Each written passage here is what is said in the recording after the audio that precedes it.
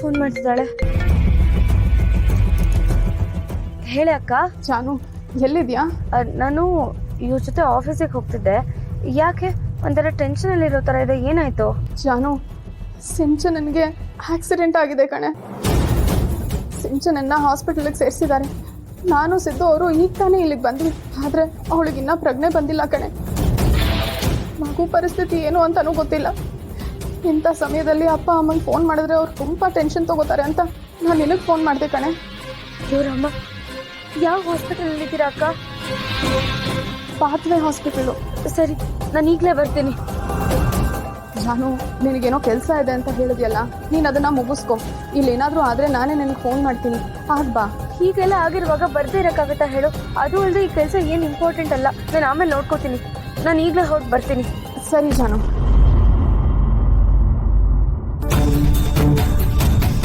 ಏನಾಯ್ತು ಜಾನು ಅವರೇ? ಸಿಂಚನ ಅತ್ತಿಗೆ ಆಕ್ಸಿಡೆಂಟ್ ಆಗಿದೆಯಂತೆ. ನಾನು ಈಗಲೇ ಹಾಸ್ಪಿಟಲ್ಗೆ ಹೋಗ್ಬೇಕು. ಆದರೆ ಹೇಗೆ ಹೋಗೋದು, ಏನು ಮಾಡೋದು ಗೊತ್ತಾಗ್ತಿಲ್ಲ. ಏನು ಮಾಡೋದು ಅಂದರೆ ಇದರಲ್ಲಿ ಯೋಚನೆ ಮಾಡೋದೇನಿದೆ? ನೀವು ಅವ್ರ ಜೊತೆ ಇರೋದು ಸರಿ ಅಲ್ವಾ? ನೀವು ಅಲ್ಲಿಗೆ ಹೋಗಿ ಬನ್ನಿ, ನಾನು ಕೆಲಸ ಮುಗಿಸ್ಕೊಂಡು ಇಮಿಡಿಯೇಟಾಗಿ ಅಲ್ಲಿಗೆ ಬರ್ತೀನಿ. ಹಾಂ, ಒಂದು ನಿಮಿಷ ಇರಿ.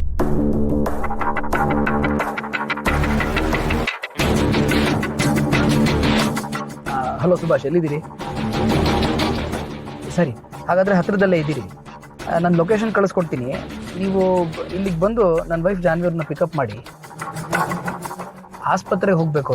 ಅವ್ರನ್ನ ಆಸ್ಪತ್ರೆಗೆ ಕರ್ಕೊಂಡು ಹೋಗಿ ವಾಪಸ್ ಮನೆಗೆ ಡ್ರಾಪ್ ಮಾಡಿ. ಓಕೆ ಜಾನ್ವಿಯವರೇ, ಲೊಕೇಶನ್ ಕಳಿಸಾಗಿದೆ. ಇನ್ನು 5 ನಿಮಿಷದಲ್ಲಿ ಗಾಡಿ ಬರುತ್ತೆ. ನೀವೇನು ಯೋಚನೆ ಮಾಡಬೇಡಿ, ಸಿಂಚನ ಅವ್ರಿಗೇನೂ ಆಗಲ್ಲ. ನಂಗೆ ತುಂಬ ಭಯ ಆಗ್ತಿದೆ. ಈ ವಿಷಯ ಕೇಳಿದಾಗಿಂದ ಕೈ ಕಾಲೇ ಅಲ್ಲಾಡ್ತಿಲ್ಲ. ನಾನು ಮನೆಯಲ್ಲಿ ಜಾರು ಬಿದ್ದೆ ಮಗುನ ಕಳ್ಕೊಂಡೆ. ಈಗ ಅವ್ರಿಗೆ ಆಕ್ಸಿಡೆಂಟ್ ಆಗಿದೆ, ಏನಾಗುತ್ತೋ ಗೊತ್ತಿಲ್ಲ. ಜಾನ್ವಿಯವರೇ ನೋಡಿ, ನೀವು ಧೈರ್ಯ ಕೆಡಬಾರ್ದು. ನೀವು ಅಲ್ಲಿಗೆ ಹೋಗಿ ಅವ್ರನ್ನ ನೋಡ್ಕೋಬೇಕಲ್ವಾ? ನೀವು ಅಲ್ಲಿಗೆ ಹೋದ್ಮೇಲೆ ಆರಾಮಾಗಿರಿ. ನಾನು ಕೆಲಸ ಮುಗಿದ ತಕ್ಷಣ ನಿಮ್ಗೆ ಫೋನ್ ಮಾಡ್ತೀನಿ. ಕಾರ್ ಬಂತು.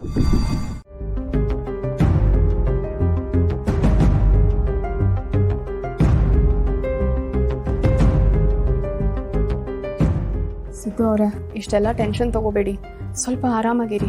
ಮೇಡಮ್ ಅವರೇ, ಏನಾಯ್ತದೆ ಏನು ಅಂತ ಸಿಕ್ಕಾಪಟ್ಟೆ ಭಯ ಆಯ್ತದೆ. ಕೈ ಕಾಲು ಆಡ್ತಿಲ್ಲ. ಸಿದ್ದು ಅವರೇ, ನೀವೇ ಹೀಗೆ ಧೈರ್ಯ ಕಳ್ಕೊಂಡ್ರೆ ಹೇಗೆ? ನೋಡಿ, ದೇವರು ಒಳ್ಳೆಯವರಿಗೆ ಶಿಕ್ಷೆ ಕೊಡ್ತಾನೆ ಹೊರತು ಆದರೆ ಕೆಟ್ಟದಾಗಕ್ಕೆ ಬಿಡಲ್ಲ. ನೀವು ಸ್ವಲ್ಪ ಧೈರ್ಯವಾಗಿರಿ.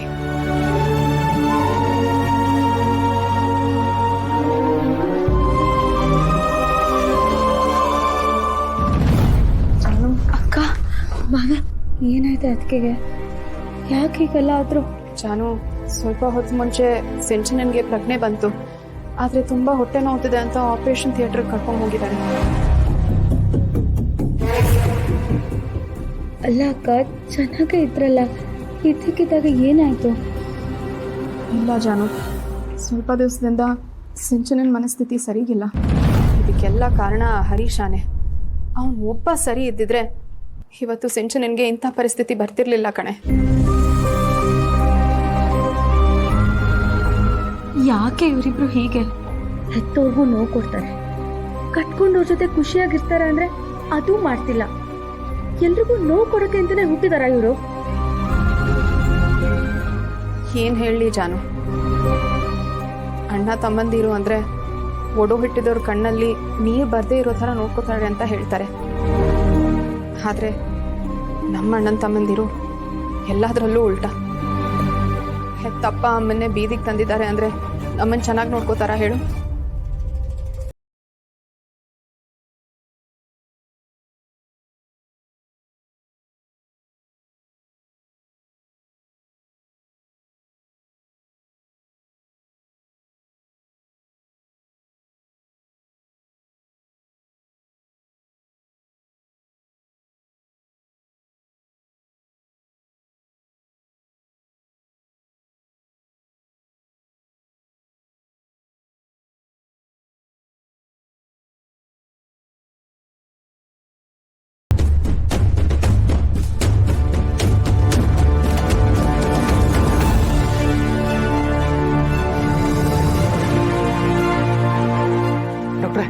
ಸಿಂಚು ಹೆಂಗಿದ್ದಾಳೆ? ಹುಷಾರಾಗಿದ್ದಾಳೆ ಅಲ್ವಾ? ಡಾಕ್ಟರ್ ಏನಾದರೂ ಮಾತಾಡಿ. ಅಲ್ಲ, ನೀವು ಈ ರೀತಿ ಸೈಲೆಂಟ್ ಆಗಿದ್ರೆ ನಮಗೆಲ್ಲ ಟೆನ್ಷನ್ ಆಗುತ್ತೆ. ಏನಾಯ್ತು ಅಂತ ಹೇಳಿ. ಶೀ ಈಸ್ ಓಕೆ, ಬಟ್ ಮಗು ಸಿದ್ದು ಅವರೇ, ದಯವಿಟ್ಟು ಸಮಾಧಾನ ಮಾಡ್ಕೊಳ್ಳಿ. ಹೆಂಗ್ ಸಮಾಧಾನ ಮಾಡ್ಕೊಳ್ಳಿ ಮೇಡಮ್? ಸಿಂಚು ಮಗು ಬಗ್ಗೆ ಎಷ್ಟು ಕನ್ಸು ಕಟ್ಕೊಂಡಿದ್ಲು, ಎಷ್ಟು ಆಸೆ ಮಾಡಿಕೊಂಡಿದ್ಲು ಅಂತ ನಿಮಗೆ ಗೊತ್ತಿಲ್ವಾ? ಈಗ ಕನ್ಸೆಲ್ಲ ನುಚ್ಚು ನೂರಾಗೋಯ್ತು. ಈಗ ಅವಳಿಗೆ ಪ್ರಶ್ನೆ ಬಂದು ತನ್ನ ಮಗು ಎಲ್ಲಿ ಅಂತ ಕೇಳಿದ್ರೆ ಏನು ಉತ್ತರ ಕೊಡೋದು? ಬಾಬಾ, ನಾನು ನನ್ನ ಜೀವನದಲ್ಲಿ ಈ ಹಂತನ ದಾಟಿದ್ದೀನಿ. ಮಗುನ ಕಟ್ಕೊಳ್ಳೋ ನೋವು ಏನು ಅಂತ ನನಗೆ ಗೊತ್ತಿದೆ. ಆದರೆ ನೀವು ಹೀಗೆ ಹತ್ಕೊಂಡು ಕೂತ್ರೆ ಹೋಗಿರೋ ಜೀವ ವಾಪಸ್ ಬರುತ್ತಾ ಹೇಳಿ? ನೀವೇ ಈಗ ಅದಕ್ಕೆ ಧೈರ್ಯ ತುಂಬಬೇಕು. ಹೇಗೆ ಧೈರ್ಯವಾಗಿರೋದು? ಅತ್ತೆ ಮಾವಂಗೆ ಏನಾದರೂ ಈ ವಿಷಯ ಗೊತ್ತಾದ್ರೆ ಅವ್ರು ತಡ್ಕೊಳ್ತಾರ ಹೇಳಿ? ಅದು ಅಲ್ಲದೆ ಮನೆಗೆ ಮೊಮ್ಮಗು ಬರುತ್ತಂತೆ ಎಷ್ಟು ಖುಷಿಯಲ್ಲಿದ್ದಾರೆ. ಆದರೆ ಈಗ ಆ ಖುಷಿಗೆ ಅವಕಾಶನೇ ಇಲ್ಲ. ಅಲ್ಲ, ನಮ್ಮ ಸಿಂಚನ, ಅವಳಿಗೆ ಯಾಕೆ ಈ ರೀತಿ ಮೋಸ ಆಗ್ತದೆ ಗೊತ್ತಿಲ್ಲ. ಅವಳು ಯಾರಿಗೂ ಅನ್ಯಾಯ ಮಾಡಿಲ್ಲ, ಯಾರಿಗೂ ನೋವು ಕೊಟ್ಟಿಲ್ಲ. ಆದ್ರೂ ದೇವರು ಯಾಕೆ ಅವಳಿಗೆ ಶಿಕ್ಷೆ ಕೊಡ್ತಿದ್ದಾನೆ? ಹಾಗಿದ್ಮೇಲೆ ಅವ್ನಿಗೆ ಯಾಕೆ ಬೇಡ್ಕೋಬೇಕು ಹೇಳಿ? ನನಗಂತೂ ಅವಳಿಗೆ ಮುಖ ತೋರ್ಸೋದಕ್ಕೆ ಭಯ ಆಗ್ತಾ ಇದೆ.